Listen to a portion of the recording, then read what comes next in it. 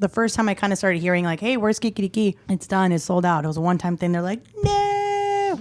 So then I started figuring, like, a lot of customers really, really, really dug it. And I think more so than anything, they love how it's connected back to the community. I think more than anything, people love to know where their money's going, and they love that they can drink a beer and it's going somewhere.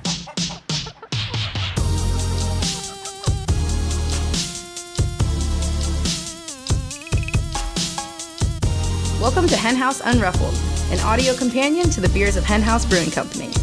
Each episode, we'll take a deeper dive into each beer's concept, recipe, can art, sensory, and more with your hen host, Fridge. What up?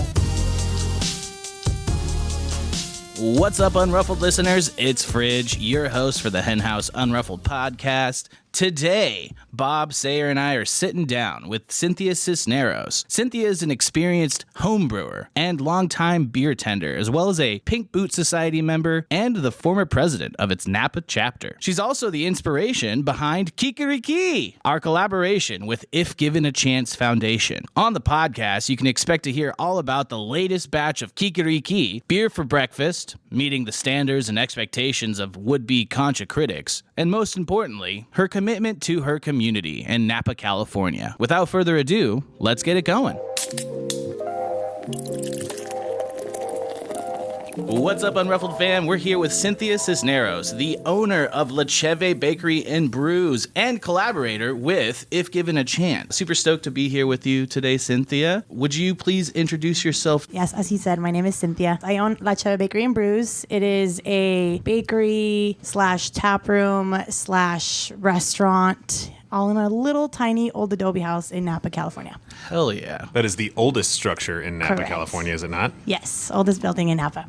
Oh man, what year was it built? Do you know? 1845. 1845. Holy moly. Cinthya, can you tell us a little bit about the wonderful offerings that La Cheve has to offer the fine folks? Yeah, of course. So our top sellers there are the chilaquiles. Chilaquiles, I guess the best way to describe them are really delicious. I mean, it's not even nachos, but really, really tasty, tomato-based nachos with beans and eggs and sour cream and onions.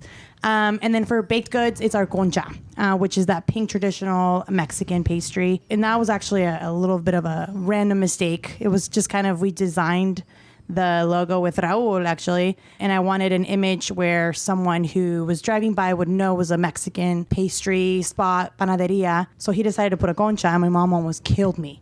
Because her conchas, she says, they taste very different. Wow. They don't taste like a traditional concha. So she was like, oh my God, people are going to come here and they're going to expect them to be here. And it's actually quite ironic that's, I don't know, they do taste different, but they're a big hit. We sell out of them every single day.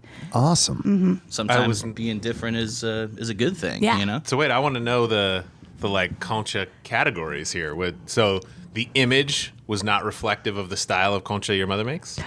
So the image is just the same image you see anywhere. Right. She just knew that if you put that on a logo, you have to make them, and because people are going to expect to see them and have an expectation of some sort, right? Right. So I think for her it was more like an imagery. You're going to expect it to be amazing if it's on the logo. So she was very nervous and very scared. So you can get something savory, you can get something sweet, you can get something to sip too, right? Yeah, liquid carbs, yes. Yeah. Yes. That's what I like to hear. Is it just beer, or do you do any wine or cider or anything too? Yeah, so we have over 40 options of beer. We support a lot of badasses like you guys in our tap room. And then we also have a bunch of wine selections, mainly focused on our Latino brands in Napa. And we also make cocktails with rice wine, I guess. Oh, low fun. alcohol tequila, but Nice. it's really yummy. They're really, really good. Really popular too. That's awesome. Yeah. So what's your connection to the If Given a Chance Foundation? Because we just did a second-time beer collab with this group. Yeah, it's an amazing group in Napa. They support low-income, at-risk youth in Napa. And why their scholarship is so special is that it not just provides them financial support through college, but they also get mentorship support, which I think is really important. And in 2008, I was a recipient. I think every year they pick 12 students, but they take care of them the whole way through, which is awesome. And yeah, as soon as I came back to Napa, moved back to Napa to find a spot for La Cheve, I wanted to reach out to them to see how we can work together and support them. They were a big group of individuals that helped me a ton, and I just wanted to pay back. So now I work with them in providing more scholarships. One of them being the American Dream Scholarship that we provide through them, which now in hand is how we kind of work together to make the beer happen with them too, which is really, really awesome and really cool that you guys were a part of it too. I'm so Yeah, blessed. absolutely. Yeah, so cool. So in 2008, you were a high school student, junior college student. How did? Yeah, sorry. I guess I should backtrack. I assume you guys know everything. We do, but our listeners don't. No, yeah. So 2008, I was a senior in high school. And I was a recipient then, and I was with them till about 2012 when I graduated from Sonoma State. Awesome. And when you say with them, that's the mentorship piece? Correct, yes. My fiance went to Sonoma State too. Got their BFA there. Nice. What were you studying? I was a big science nerd. I studied chemistry. Ooh. Yeah, which is how I think I got into brewing. Absolutely. Yeah. And I remember listening to, I don't even know, I was trying to think what podcast it was. They were talking about yeast at the time because HenHouse was big Saison beer, and they would talk about yeast, and I would just nerd out and listen to it. So it's just, it's cool making the same drive and now coming to what you guys are at now, which is so cool. Yeah. Yeah, a lot has changed in the past 10 years. So you get your college degree, you're into chemistry. How do you go from a chemistry degree to owning Le Cheve? My family. I think with me, my parents have always worked really hard, and they've always been very talented in the kitchen and for baking. I think the biggest blessing for me would be to have them do whatever they wanted in their space and make it their own. And that was just a dream. I didn't think I would ever even come close to doing something like this. I wanted to open up a bakery for my mom for sure. She has been baking for about 28 years now, but she didn't want to do it by herself. And at the time, I was brewing a lot, so I figured, well, why don't we make like a bakery, brewery thing happen? And that's when I just started nerding out and taking business classes to then figure out what it would take to open up a business. And it just kind of blended to what it is today. Wow. And you were brewing as a chemistry student at SSU? I started brewing as a chemistry teacher. Okay. Yeah, so that's when I officially had my first like summer break and like winter break. And literally my dad and I were just thinking like, what should we do for the next 2 weeks? Because he had time off, which was weird. He never had time off. And I picked up, I think it was a brew from Rogue. And I just mimicked the same exact recipe and I fell in love with it. Nice. Was it like a kit, or did you? It was a kit, yeah. It was a pre-made kit, yeah, at a fermentation store in Napa. Nice. So we just kind of started nerding out and getting like, more like, oh, let's get a cool little fermenter and something that can control temperature a little more, not just leave it in the closet or the, garage. Nice. So yeah, that's kind of how the love for beer started coming about. That's like sophisticated for a lot of homebrewers to like have the temperature control right out the gate. That's so awesome. Yeah, totally. Yeah, so important. Yeah, it is. It really is. That's super rad. Do you still homebrew today, or not so much? I wish not as much. I think owning a business, it's so many hats that you wear, and my ultimate dream would be just to brew beer every day, honestly. But no time. Totally understandable. Sounds like you got a lot going on. So is a don't blame me nano for it. brewery still potentially in the plans for Le Cheve? That's my goal. Right now, it's more figuring out space, and as weird as it sounds, just like figuring out if we can, sign our lease again, like little things or little big things like that. Yeah. I guess that people don't really think about, and I didn't really think it would come so quickly. So that's kind of like the next step, seeing if that's able to be done, and then if so, where we can actually extend, I guess, the idea of a brewery with Cheve. That's amazing. And then you've had some of your own beers brewed for you, right? Correct. Yeah, that's really cool too. Contract brewing's fun. It's contract brewing, yeah. And it's been awesome. I right now I'm working with King Kong out in Sacramento. Awesome. They're really awesome. And you get to write the recipes? Yeah. Oh, yeah. That's awesome. So how did Qui Qui Ri Qui come to be? What was the beginnings of the beer? I think more than anything, it was a conversation of how we can put together just something that, we really enjoy in the middle, like in the beginning of the day as a Latino community. And all I can think about was a concha, concha and like something with guava to give it that Mexican flair. And yeah, I think in talking to badasses like you guys, it's just, you guys make it so easy to work and make something awesome. This is awesome. This is so good. Well, I didn't make this one easy. That was at a time when I was really fighting to get us to do pastry stuff. Right. And I was like, I got him. I was like, we're working with Cinthya. The concha's a huge part of the story. Like, they have to make a pastry thing. And then Cinthya sits down with, I think, Whitehurst, and I don't remember who else was in that meeting. And they're like, A lot of people. You brought a bunch of conchas. Yeah. I definitely was there eating conchas in the background, just going, Well, yes. mhm. Neither of Yeah, y'all me too. helped me win this argument because at the end of the conversation, it's like, we're going to make a Kölsch. And I was like, damn it. But it ended up being a beer that I love. And my mother's favorite beer in the history of HenHouse is Qui Qui Ri Qui. Awesome. Hell yeah. Yeah. And it's like super unique to have like a pastry Kölsch. You know, you don't see that very often. It's Literally Right. ever. Ever. Yeah. Although they've passed us now and there's pastry seltzer, apparently. Yes. Oh, Yes, things have gotten Dang. even more weird. wow. Yeah. Yeah, I remember being there. I know like Logan was there, and you're like really good friends with Logan, right? She's awesome. She's Yeah. so sweet. Yes. Awesome. I think Logan and Cinthya were the beginning of that project. Yeah. Definitely. Yeah. So the concha icing is infused with guava, right? Oh, well, so it's not, but my mom uses a different way to get that pink kind of ingredient on top of it. I think traditionally it's just sugar and food coloring. So she played a lot with fruits to make sure it gave it a different taste, or if it would look different, or if the pink would come out a little different.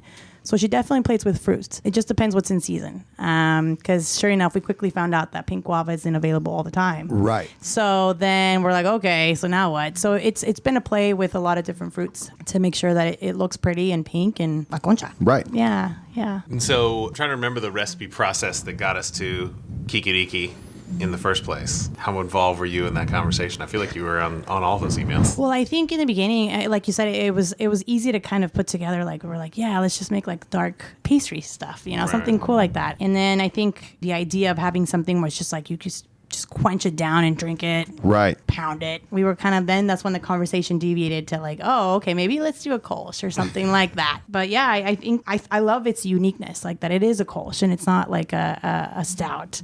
Even though stouts are yummy too, though. Absolutely. I love stouts. But yeah, it's literally something you can just drink in the morning, drink in the afternoon. I really dig it. Yeah, I wonder Really, if really maybe like weather had something to do with that too. Because I remember it being particularly hot was at very that hot. meeting. But we're like, yeah, let's eat some conchas and Yeah. 85-degree weather.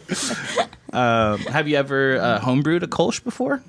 No, actually, I think my light styles were very lager, pilsner. I don't think I ever made a Kölsch. Now that I think about it, no, I didn't make a Kölsch ever. Yeah, I dragged Ash to a homebrew class once at the Beverage People, and we made a Kölsch then.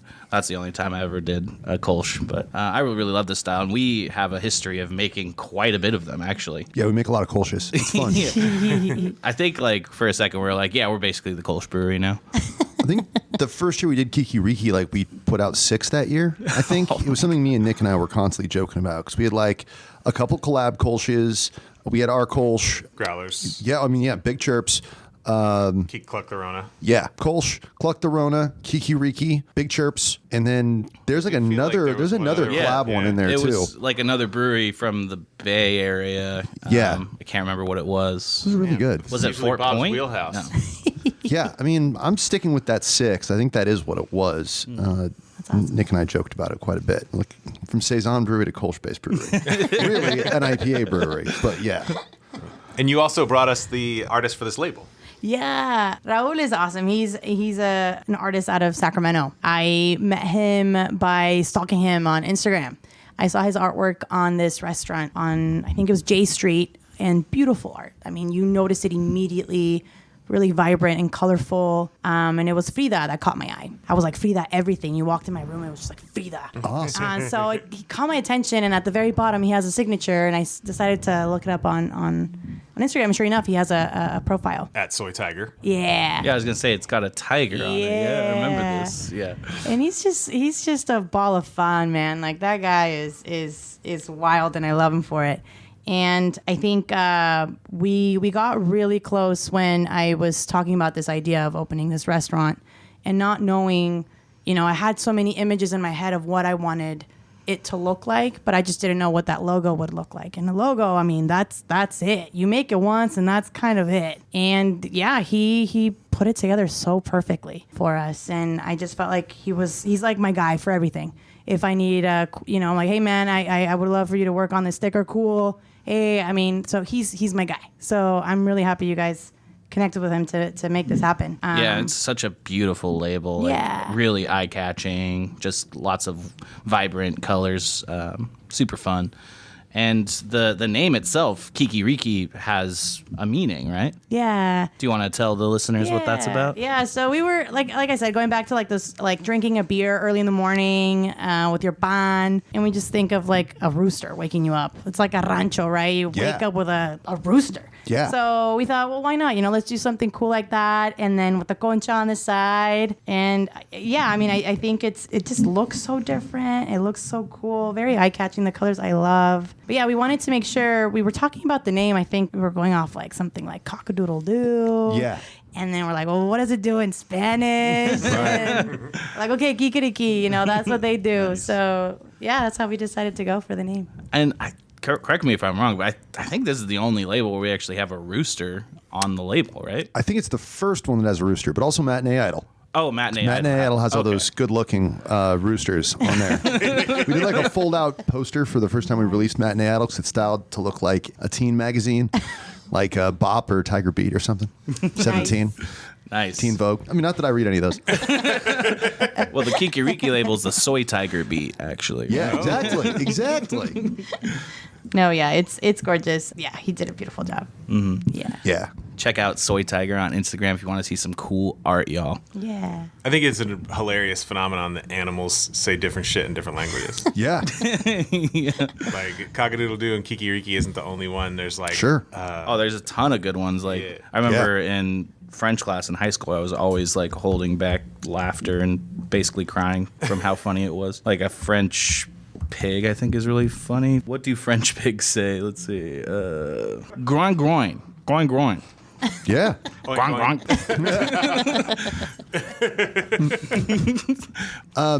Speaking of decades ago, you started a hospitality business 2 years ago. How have these last, what's it been, 50 years treated you? Because like everything's been so hard with retail and everything, but y'all are still here, still doing it. Yeah. I take it day to day, honestly. Like we're preparing for Bottle Rock this weekend, and I was thinking like, well, how did we do last year? But last year Bottle Rock was held in September because of COVID. So it's all these like weird things that I can't even compare anything to. Right. It's honestly just been community. Yeah. We keep seeing people that I think that live in Napa. They're from San Francisco and they come every single weekend. Yeah. And it's very, very humbling, honestly, to see how many people love and enjoy being at our space. We had a proposal over the weekend. Someone, they were like, hey, What? like we That's so feel like nice. we fell in love here, and he asked me for permission. I was like, yes, do you? Yeah. My God, that's so awesome. So it just, I think the space is very unique. My team is really unique. They're very sweet. It's just we're a group of just super hardworking people that our community, has given a lot of love. Yeah. So, yeah. That's fantastic. Yeah, but it's been hard. Yeah, definitely. Definitely. Yeah. So you were in between college and Lateve, you were a high school teacher? So I was a high school teacher for 6 years when I was taking business classes and homebrewing, and I loved it. And then I actually left the teaching industry 2018. I believe that was my last year. And that's when I started working at Stone Brewing. And in that time, I was figuring out if I could find the perfect home, I would do this. If not, then I wasn't going to do it. And the old adobe house is just the house I would always drive by. It's right by my parents' house. It was really expensive at the time when I first asked. But I think over time, the landlord and I just fell in love with each other. He fell in love with my business. And I fell in love with his space. And it felt right. So it just kind of worked out in the right time. Yeah. Right time, right place kind of thing. Community lifting each other up. Yeah, exactly. Right? Honestly. Yeah. That's the best way I could put it. People are like, what's the secret? How did you make it through the pain? I'm like, honestly, I feel like we're still in it. Like, Yeah. We're still in we're it very for much sure. in it still. So I'm excited to see what we look like when there's nothing. We're having to, Because everyone's just going to be like rich and mellow. There's nothing just like just money's just flowing and no one's stressed out about like the wrong sneeze, like wiping out a whole swath of their family. Yeah. That's going to be cool. I can't wait. Yeah. Yeah, I heard something recently like no one is self-made. Like even people who say like, oh, I'm a self-made person, like they were made by the community. Right. You know? Absolutely. You can't be successful without people being interested in your Right. thing and helping you, 100%. right? That's what it's all about. Yeah, when you're pulling yourself up by your bootstraps. Who made those bootstraps? Somebody. Who Somebody invented those bootstraps? Who invented boots? You know, Someone shoulders of giants. Someone taught you how to tie your shoe. Right? Right? Also, does anybody here understand that expression? I've been saying it all my Honest life. to God, no, I've never seen a boot strap. But I think the idea is you're trying to lift yourself up by your own feet, which is like either impossible or a really remarkable feat. I like that. I think that's like how that. that works. Like Okay, and is a that's bootstrap great like feat, the little thing right? on the back that helps you get it on? That's all I can think it could possibly be, unless it's some weird thing that they haven't put on Used a to. boot since like 1854. Right after they built your fabulous location, bootstraps were discontinued. Those guys that slapped together the Adobe in Napa. Yeah. They may have pulled themselves up with those bootstraps, Yeah. but actually, I think that was a church. There's all kinds of shit. Yeah. So you were briefly at Stone Napa, is Yeah, that right? correct. Yeah. Awesome. Yeah. I'm wondering about the If Given a Chance Foundation. Has anyone commented on Qui Qui Ri Qui? You know, have they enjoyed it? How did they receive it? It's really cool to see customers that came back. I think the first time I kind of started hearing like, "Hey, where's Qui Qui Ri Qui? It's done. It's sold out." It was a one-time thing. They're like, "No." So then I started figuring like a lot of customers really, really, really dug it, and I think more so than anything, they love how it's connected back to the community. I think more than anything, people love to know where their money's going, and they love that they can drink a beer and it's going somewhere. So yeah, I'm excited to kind of put it out in the world again and let them know, hey, here it is again. Yeah. Yeah, we've actually been talking a lot about like the power of beer, more connected to like beer festivals and, Yeah. you know, raising money for good causes and how it's like kind of unfortunately unique to the industry. Like you'd like to see other, you know, industries doing that a little bit more, but it feels good to be in the company of beer people, you know? Yeah, no, and you're right. I think it's not as common as you think it is, but it's so good to see a powerhouse like you guys to be so involved like you guys are. It's really, really unique and really special. So people know and they love it. So Yeah. I think, you know, like as you get older and wiser, like maybe you're not going to the beer festival to like get wasted with your friends. Like that's just like a nice side piece to like, oh yeah, we're actually like helping a cause here. There's other reasons to be here right now spending our money. Yeah, it's a big thing I like to talk about when I'm pouring beer for people, and I do it because I really want people to understand that that's part of the fun. Like, absolutely, everyone's there for the fun. No one's like, I really care about this charity. I guess I have to spend $70 and go frolic in a field all afternoon because they'll fail without me. Oh, darn. Oh, darn. But often when I hit people with that, when I'm like, oh, thanks for supporting such and such, they're like, huh? What? And I'm like, yeah, that's what we're all here for. Everybody. Like, just the other day, I was like, yeah, we're doing all this great stuff. We're helping people out. And people were like, wow. I'm like, yeah, have fun and feel great about it too. Yeah. It can be both.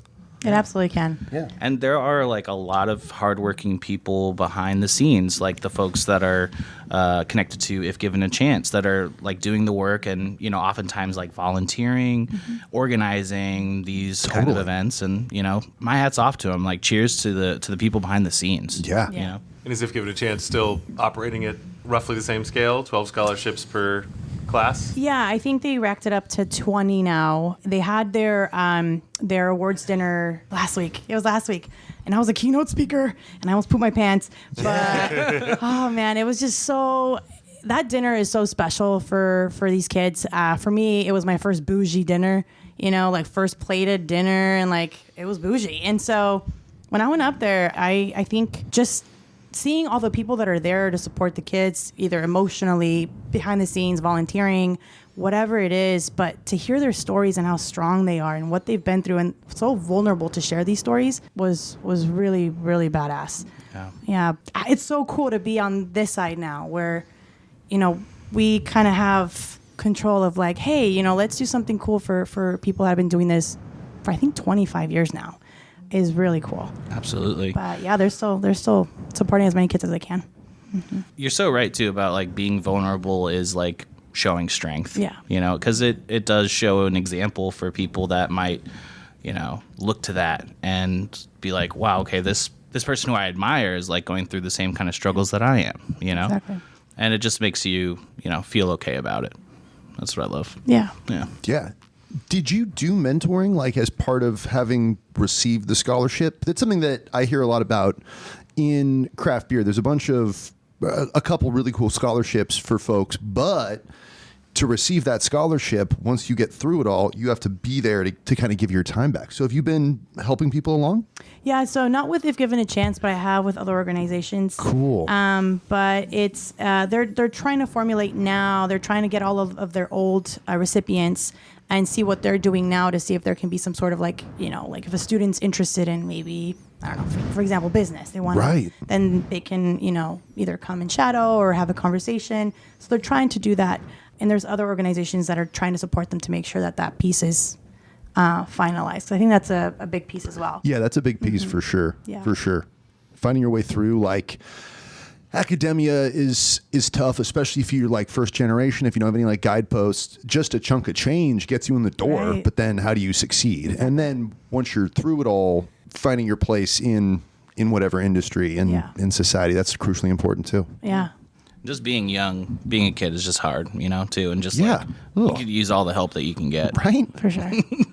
I know. I saw the gentleman that gave me so many pep talks, and oh man, it was just so good to give him a hug and just catch him up on what I was doing, and we just cried.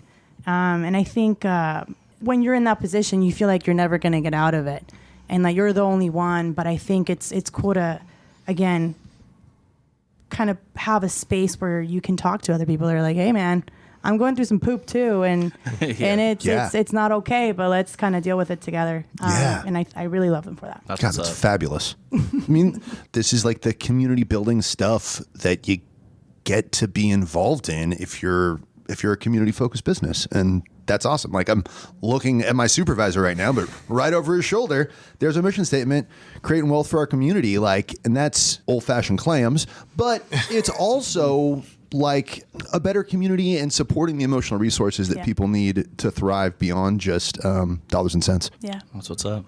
So are there any things you're doing with Le Cheve specifically that make you feel like you're reciprocating that or creating a space where you're fortifying the folks in your community? Yeah.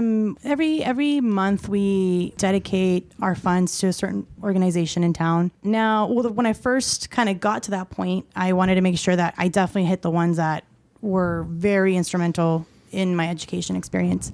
But now I'm, like you're mentioning, it's now I'm reaching out like, hey, what organizations helped you guys? So I'm checking back in with my employees. Because we're getting a lot of inquiries if we can donate or if we can become a part of their organization in some way, shape, or form.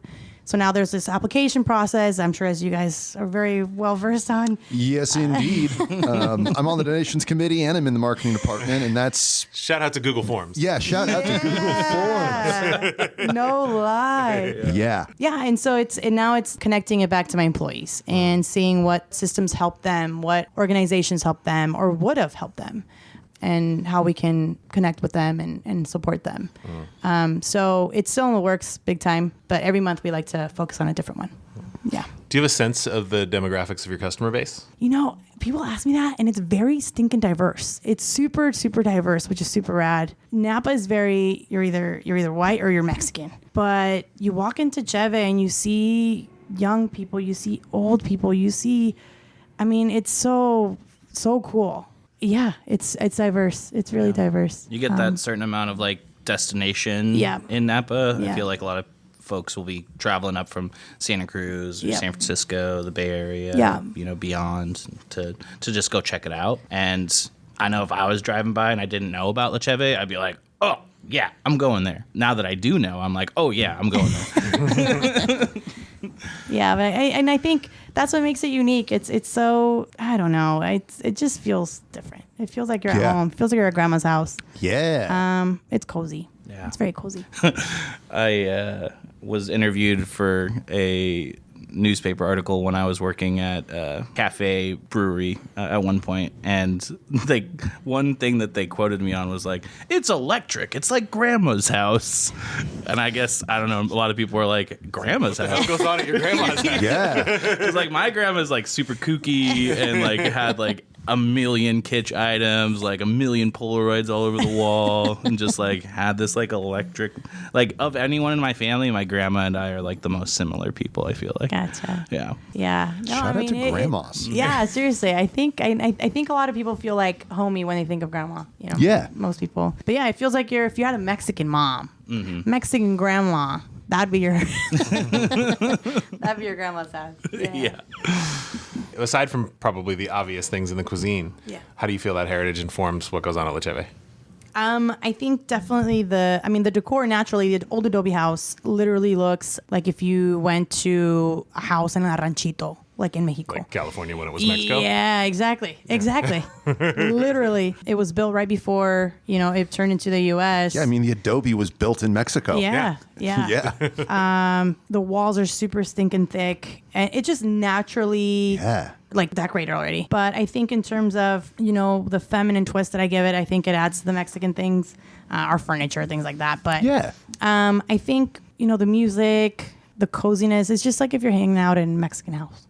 I don't know how else to kind of describe it. It just naturally feels that way. Nice. It's so cute. Did you do all the like interior design stuff yourself? Yeah, me and my mommy. Yeah. Awesome. Yeah, and I try to do a lot of reflection because I think it's important to think about the journey to get to this point. And I like to look at pictures from like today, 2 years ago, and a lot of them are just me and my mom just sweaty, just cleaning and putting furniture together, and it's very, very cool to see how things have forwarded to what we're at now. Never in a million years would I have thought that we would have a line out the door. Yeah. It's weird. It's so weird for me. Do you have a sense for what the percentage of fellow Mexican business owners are in Napa proper? I think we have at least that I know, like Mexican restaurants, probably like 10, 12. And there's probably more because there's some in like little markets, like have taquerias and stuff. So yeah, I mean, a lot of people are like, well, you have so much competition and you're opening a restaurant in the pandemic. But, I think when we have a different twist on things. And for me, it's all about collaboration. Like, how can we help each other? I'm not here to take anyone away from anyone. We're just here providing something different. Right. And people thought I was crazy. Like beer and pastries, what the heck? Like, that's weird. That's not going to work. But it's working. Yeah. Here you are. Then they tried that concha and they're like, whoa, hold on a second. Right? Yeah. Then they drank a Qui Qui Ri Qui. And they're like, wait a second, even more. And then they're like, wait, chili Keeley's too? Let's go. Yeah. I got to ask, red or green? You said tomato, so not tomatillo. Red? Right. Yeah. So we do red style. Okay. And that was a conversation that we didn't know which way to go. Okay. But they're red. Okay. They're red. Heck yeah. I'm not entirely sure how I feel about that, but I think of myself as an open-minded person, so I'm going to remain open-minded. There you go. I got to come out and try them. There you go. Listeners, you can't see right now, but Bob is wearing a very, very green shirt right now. Yeah. And yet Team his green. face has turned bright red. Yeah.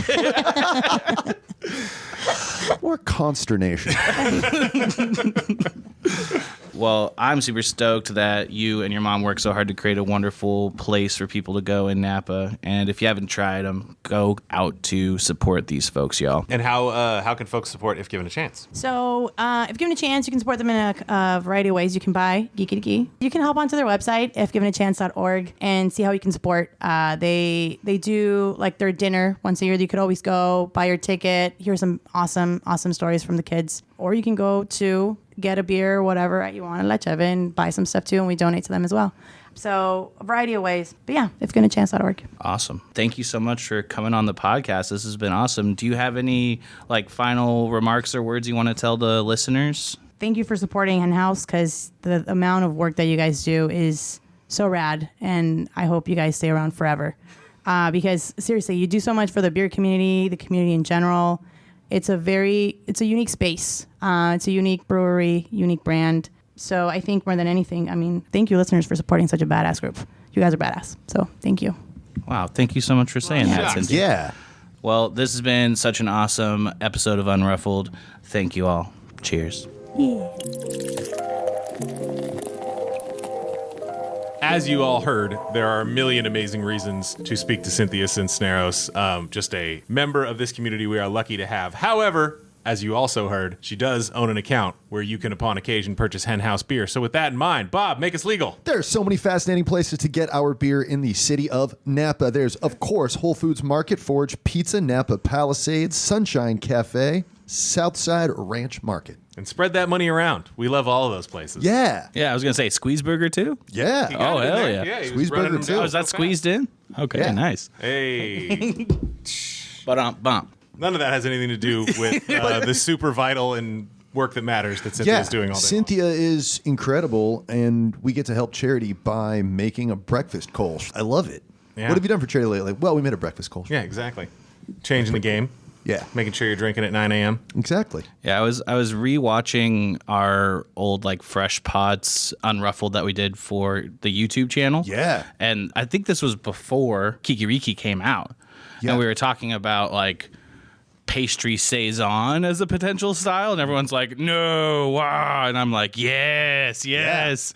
Of course, like 2 weeks later, then we made plans for Qui Qui Ri Qui. Right. The pastry Kolsch. Well, that's ironic because, I believe Logan was a part of that conversation. Oh, yeah, definitely. Logan, I used to manage Logan. Yeah. She's a little bit get off my lawny in her beer tastes. And yet, she was the one who brought Cynthia into the company for this project. Yeah. And it resulted in a pastry Kolsch. This, you go. The newest batch of Qui Qui Ri Qui that I'm tasting here, and maybe don't want to step on Sensory First too much here, but I'm feeling like the adjuncts are a little more aggressive than the original. One of the things I really loved about the original was like, the first sip was a little jarring, but like halfway through, I was just like crushing a delicious beer that had some cinnamon, had some guava, but like, was all in there with all the other Kolschiness. This to me has got like the guava was the dominant sound the entire time. Yeah. My brain is freaking out because it's real guava in this beer and it's not tropics. Right. Because my mind says I'm drinking a tropics beer right now. Right. Because of how I've been trained here.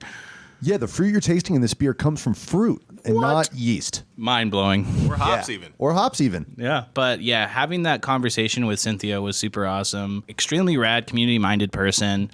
And one that I'm super stoked that we were able to have on an episode of Unruffled, and we both love our grandmas, and Right? that's what it's all about. Yeah. Rich said that like y'all are unique in that trait. I feel like really shitty people love their grandmas. Right? Grandmas do pretty good. I with mean, people, I know a probably. lot of folks that hate their grandmas out in the river, but maybe that's just Wow. unique to But the as river. we heard on a prior podcast, their grandmas are 41. Yeah. Oh, that's true Yeah, as exactly. well. Yeah. Too busy like drinking and partying. Hey, Grandma, I got a test to study for. I'm going down to the bullpen. I need a ride. Damn it, we're out of beer. Grandma! It's okay. I can say bullpen because I don't think they serve our beer there, unfortunately. Also, that didn't sound complimentary at all. Laudatory. That's true. Yeah, laudatory. I love the combination of this being, a charity or donation focused project that is also just crazy fun, that expands the palette of the way our beers taste. We don't make any other beers that taste like this. No, we we don't do make not. any labels that look like this with No. Raul's super colorful rooster with the Concha sun behind. The Concha sun is such a great idea because it has that striated look of a concha mixed in with the sun rays of a rising sun. Like, just to put that together, huge shouts to Raul for figuring that out. Yeah, and the rooster even has like a concha underneath his wing. He's like, taking off with one. yeah. Yeah, before he can do his job and wake us all up by screaming Qui Qui Ri Qui. Right. To the Hispanic among us, cockadoodle. Well, he's got to have a breakfast, right? A well-rounded Yeah, concha yeah. breakfast. Like, I don't Qui Qui Ri Qui or cockadoodle do until I get my concha. Exactly. Or your Kolsch, Well, there you go. Layers. Like an onion. right? Or the flavors in a breakfast Kolsch.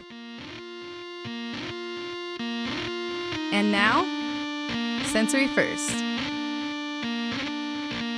Welcome to Sensory First. We just spent a bunch of time talking about all of the flavors in this beer. I'm going to sit down with head brewer Zach Kelly and discuss how those flavors were created. And we are getting into Qui Qui Ri Qui, our cinnamon breakfast Kolsch. I just like saying the word breakfast Kolsch. That's just fun in general. And yeah, we've got a whole bunch of guava in here and some cinnamon. That is what we are talking about when we are talking breakfasty. It is inspired by the Concha Mexican pastry, which is good at any time of the day. It's frequently like a AM thing. Yeah. But I eat it all kinds of times, especially at gas stations at 2:30 in the morning. I mean, every Kolsch is a breakfast Kolsch if you drink it first thing. Exactly. Exactly. So yeah, what do we got here? Some of our favorite Bohemian Pilsner malt and dark wheat. Just giving just a tiny little touch of color in this slightly opaque orange Kolsch with a beautiful white head. Some of that color we're getting would also be from this pink guava puree that we've added here, and a little bit of Ceylon cinnamon. A whole bunch of simple Bohemian malt, a little bit of dark wheat, and then a great big ton of pink guava puree. Although the guava's not overpowering in here. No, guava's really really subdued in this beer. You definitely get more of the cinnamon. I think the guava you can get a bit more on the nose, I'm finding in the flavor. And with, cinnamon's a pretty powerful flavor one way or another. Right. So I think that's probably plays into that a little bit. And then we have, our favorite Sabro Whirlpool hop in here, which is, to me, always presents as like a really candy, fruity pebbles-like kind of hop, which plays, a little bit nice with this guava puree. Yeah, I can totally dig that. This has turned out really good. Dieter from Imperial has been our go-to Kolsch yeast, I think ever since Captain Kolsch, which was one of the first ever Kolsches that we brewed at HenHouse. That honor goes to Shane and Maura's Matrimonial Kolsch, which predates my tenure with the company, but predates pretty much everybody's tenure. But yeah, we did do a Kolsch once before this Kolsch trend started, and now we are absolutely one of the leading West Coast Kolsch breweries. We make a lot of Kolsches. Shout out to Fort Point, who I know make a lot of Kolsch barrelage, but I think we make more different Kolsches than they do. Yeah, we're almost going a full West Kolsch here. I love it. Man, that's how you get beer spit into an SM58 microphone. Killer jokes. Other than that, nice 4.25% ABV. You can just barely tickles the roof of your mouth. Great way to complement your breakfast pastries. Yeah, I really enjoy this beer, and I look forward to drinking a whole bunch more of it, and it's beer for a good cause. You can enjoy that too. Great. Awesome. Cheers. Cheers.